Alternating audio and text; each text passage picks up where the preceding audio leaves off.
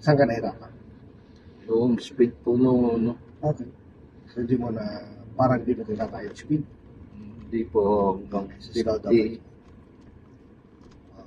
So, yan. Control mo na sa akin. Kasi bawal natin pagkain. Okay.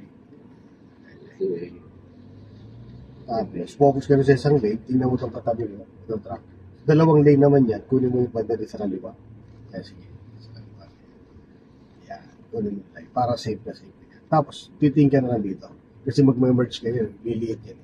Titingin ka sa side mirror. Okay.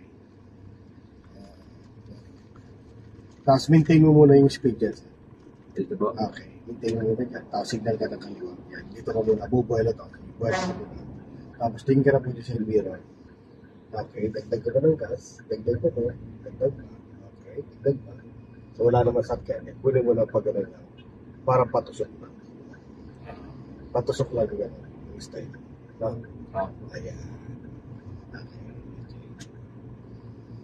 So, ngayon, kung gusto mo pa mag-change ang lane, ganun din. Kung nagagawin mo, syempre signal na.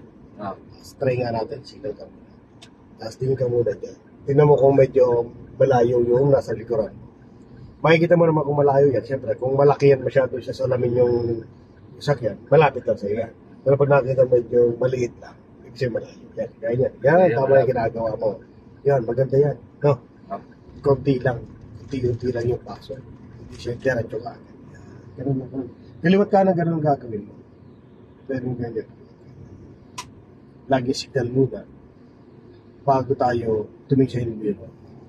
Saka tayo check siyang lane pag alam natin na malayo siya yung distance. So, kung gusto mo naman na save ka talaga sa expressway, una, syempre, matrace mo dapat yung kalsado. Hindi mo dapat nasasagitan yung kaliwa, kanan, naguhit. Na?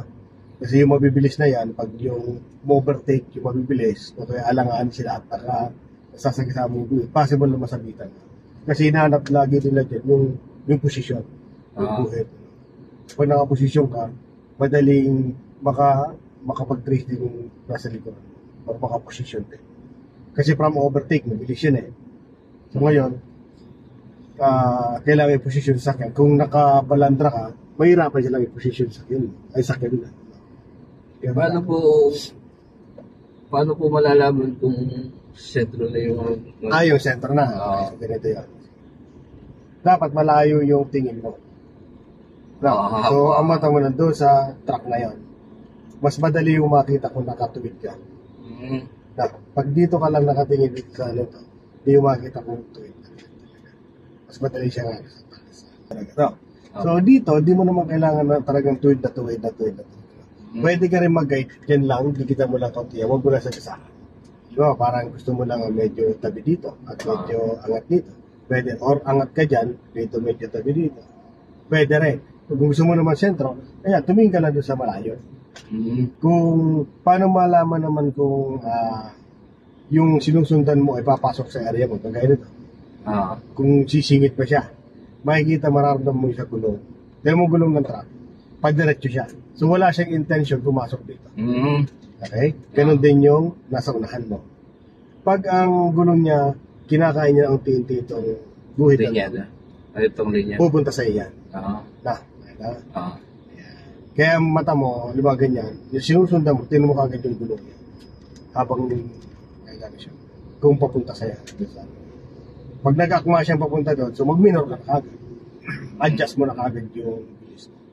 Huwag mo nga, kagaya ng jeep natin naman. Nakita nga? Pumasok siya na. So, yun, yung pag nakita mo pa lang yun, at medyo malapit sa iyo, tanggal ang gas, position sa brake. Gano'n kagad. Yan nasa likod mong kotse, tinan mo. Tinan ang posisyon ng tulog niya. Nakadiretso. So wala siyang intention para pumasok sa area. Ganun yan, ano ba? Tinan mo yung jeep. Pinasok niya yung area. So may intention siya para ganun lang po yun. Paano naman po i-maintain, for example, 60? Kung titingin dito sa speedometer mo. So kung alibawa na sobra ganyan, na sobra sa 60, bawas ka ng konti lang na gas. No.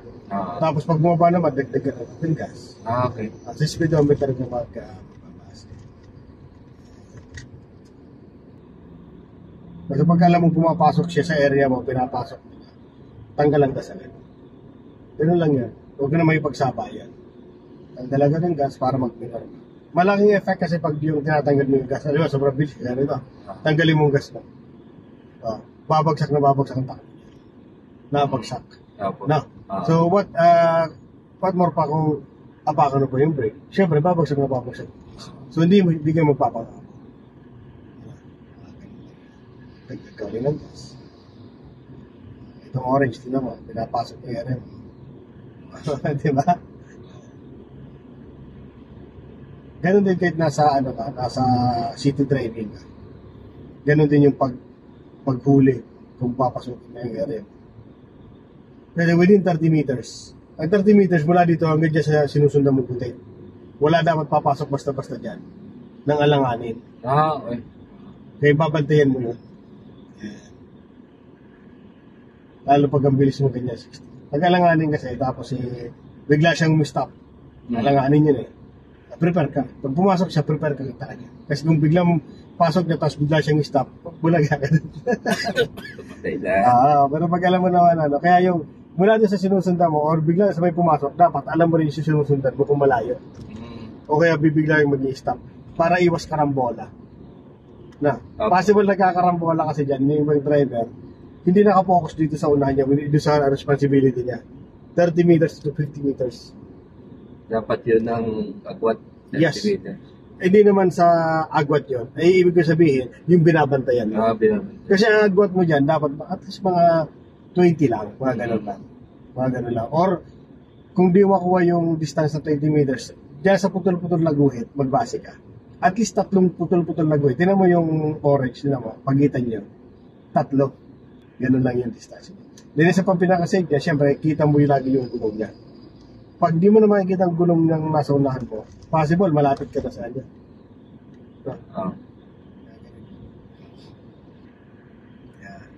Tingnan mo distansya mo sa kanya, iisa ng guhit.